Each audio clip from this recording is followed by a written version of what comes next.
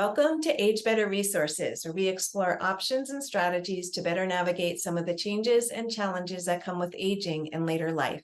I'm Kathy Clinton, your host, and today I'm really excited to be talking to Terri Cassidy, the owner of Health Promotion Partners, about an innovative program they offer to help support and guide and train caregivers who are providing care for a loved one in their home. Welcome, Terri. Hi, thank you so much, Kathy. Yeah, absolutely. I think this is such an important service that you offer, because I know that typically caregivers providing care for a loved one enter into it when a situation comes up, and they're not typically prepared. They're typically not trained, and they're often not very well supported. So I'm excited to be able to talk about this program today.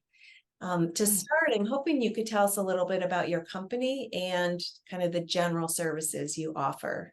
Sure. Yes. So at Health Promotion Partners, we are an occupational and physical therapy company, really geared toward helping older adults stay independent and safe and happy in their homes. So we have a couple of different programs that serve that goal. One of them is fitness to drive evaluations, because mobility is often a big factor in terms of aging in place. We have kind of more traditional rehabilitation therapy, so coming into the home and helping after an acute medical event, helping someone get back to their prior level of function. And then the caregiver program, Skills to Care, is kind of the third piece of that. Awesome. And so tell us about Skills to Care. Sure. I will just back up a little bit on the occupational therapy side, if you don't mind. Yeah, no, that was perfect. Just because I feel like I'm an occupational therapist, and I always assume that people know, well, I like to think that people know what we do, and I think a lot of people have some familiarity, but I just want to spend a second talking about it a little bit more, because as OTs in our company, we do things a little bit differently. So just to go back, the term occupation in occupational therapy really refers to how we occupy our time. And so I feel like that helps a little, because occupation, who knows what an occupational therapist would do based on the name. But the things that we do, the things we spend our time thinking about, and the things we care about all really impact who we are and kind of how we fill our day. And so occupational therapists care about and help people do the things that are important to them, that they want and need to do. So it doesn't have to be a job. I guess that's the piece, the occupation piece I want to mention. In terms of our OT for caregivers, the Skills to Care program, we are really looking at kind of the dyad. So the person who has this diagnosis, it could be dementia, it could be Parkinson's, some other medical diagnosis, and then their family caregiver. Most often that could be a spouse or an adult child, is kind of the most common that we see, coming in and helping that family unit just have the best quality of life that they can. So looking at safety in the home, but also kind of some very specific things in the environment that's tailored to what that family needs. And then also looking at like caregiver skills in terms of the social emotional side. So caring for self, stress management, taking breaks, like building things into the routine of the caregiver for their own well-being. And then also really helping identify and problem solve any challenges that the pair is having with daily life. Yeah. So what are some of the high needs that you might typically see when you're doing that kind of initial evaluation of the situation?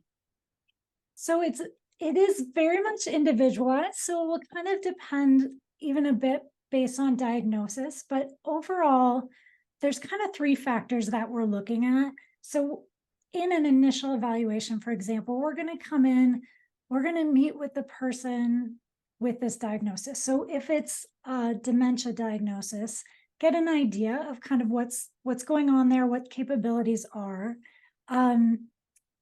The caregiver and kind of what's going on in the caregiver's life, like what preparation they have for being a caregiver, what other stresses and demands on their time and their lives that they have, and the environment. So kind of the caregiver, the person with diagnosis, and the environment all come together, and things can kind of go good or bad from there, so to speak. So that's where some of these challenges can come about. And so in the evaluation, we're looking to see how those factors influence each other. Oftentimes, the kind of thing that's difficult, let's say we call them sometimes like challenging behavior, might be arguments that the person with cognitive impairment. So we've had situations where the person's like, my spouse just argues no matter what I say. And so we end up in these debates as opposed to doing fun things together, for example. And so some of that is looking at actually the cognitive level of that person and what might be creating this irritability, let's say, because oftentimes it has nothing to do with that interpersonal relationship, but they may have physical discomfort that's creating irritability, or they may not really understand what's being asked of them, and that creates its own set of responses. Or it could be that there's really a background noise or a light or something in the environment that is just grating, and that's just putting them on edge too. So kind of an objective party to come in and look at these different factors and help brainstorm ways to work around these things. Yeah. And when there's somebody who has physical care needs, how is the therapist able to help the caregiver with that? So really, the cognitive side, like we were just talking about, is pretty different than somebody who has physical care needs, but is really kind of able to help direct care and express their needs and things like that. So on that side, that's to me maybe a little more traditional occupational therapy in terms of getting a really good idea of, let's say, movement, for example. So sometimes transfers, and especially transfers in and out of the tub or the shower, bathroom in general, can be risky and potentially unsafe for both people. So looking at what type of assistance is needed, is there equipment that could help somebody stay safe when they're helping their loved one shower, for example.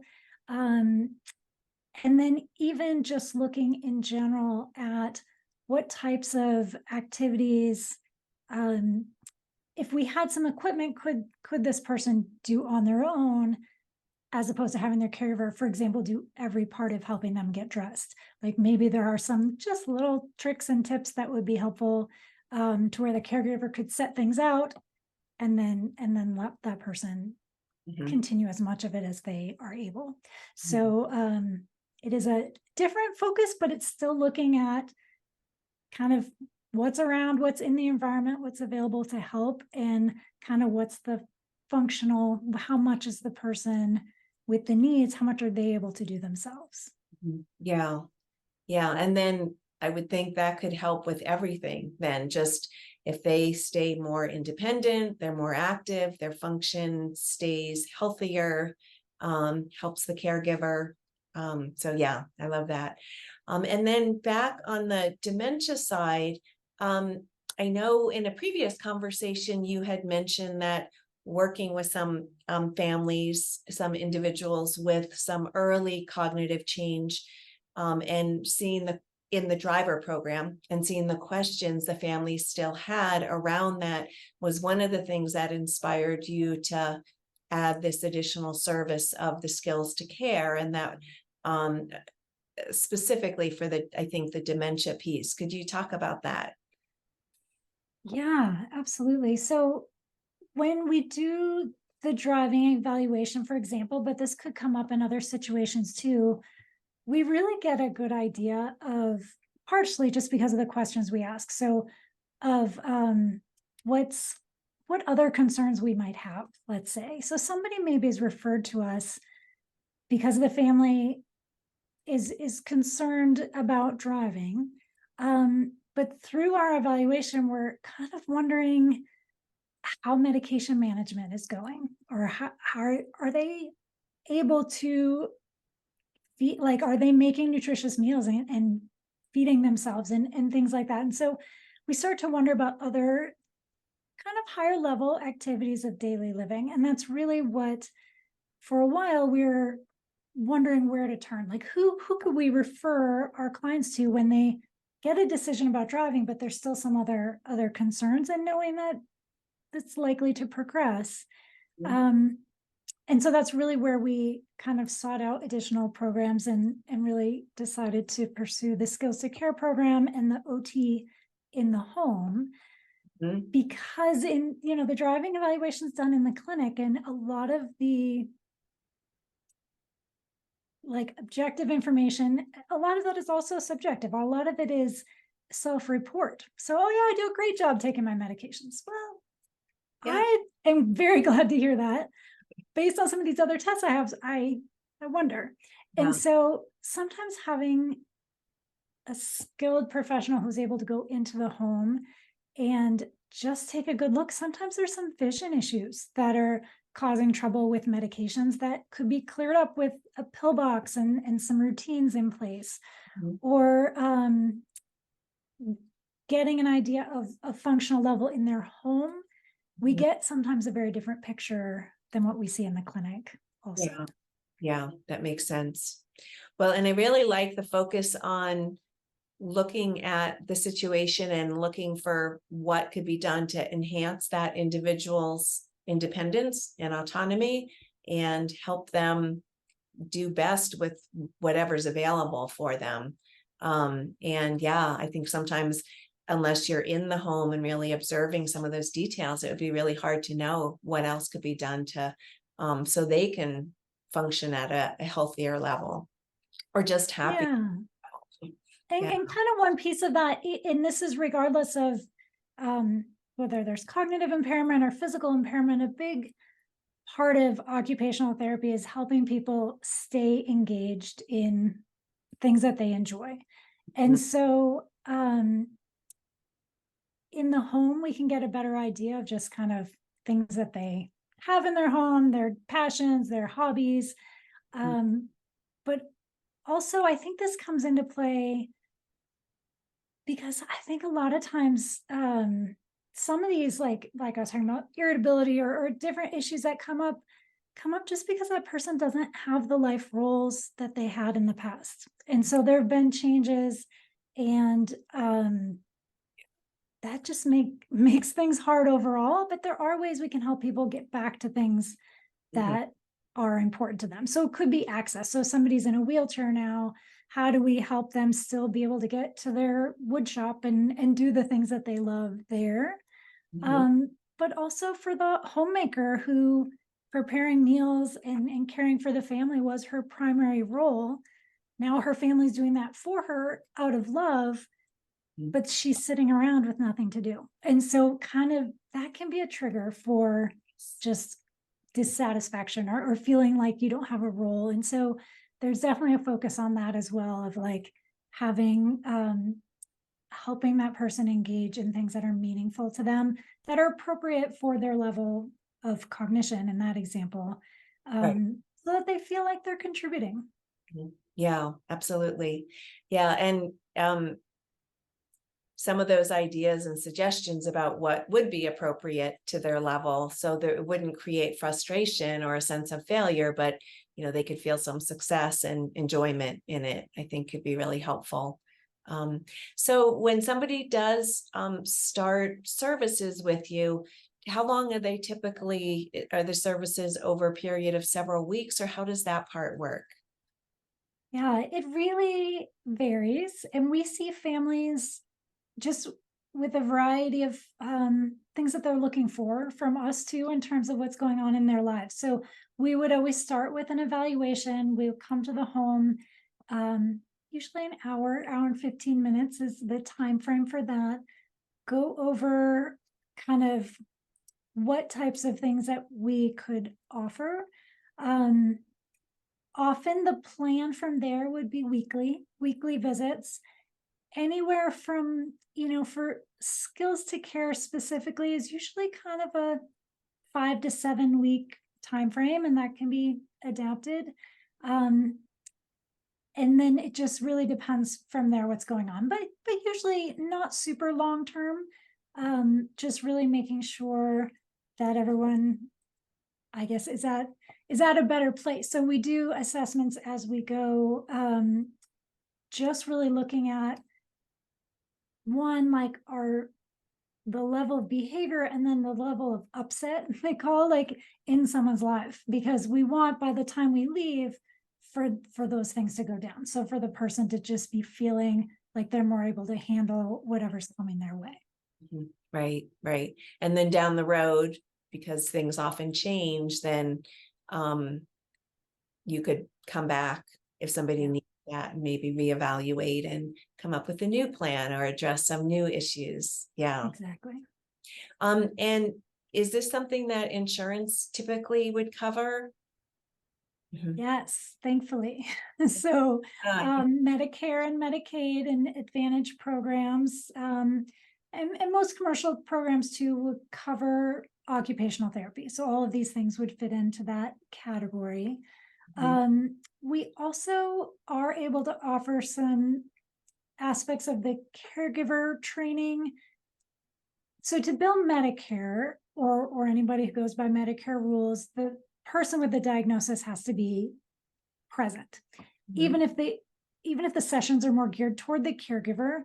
The person has to be there. We also do have some grant funding through the Area Agency on Aging. So occasionally we've had families who maybe we come in and do an evaluation, and they say, it just really is upsetting for mom to have anybody else in the house, or is there a way, like, I really need to be able to talk when she's not right next to me, or things like that. And so we are able to do sessions just with the caregiver if that meets their needs.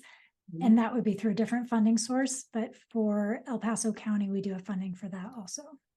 Right, right. And are you able to do some of this by telehealth if the individual is agitated, if somebody new comes in the home? I don't know if that would sometimes, Yep. Once you've got a lay in the land. Yeah. Yeah, exactly. Yeah.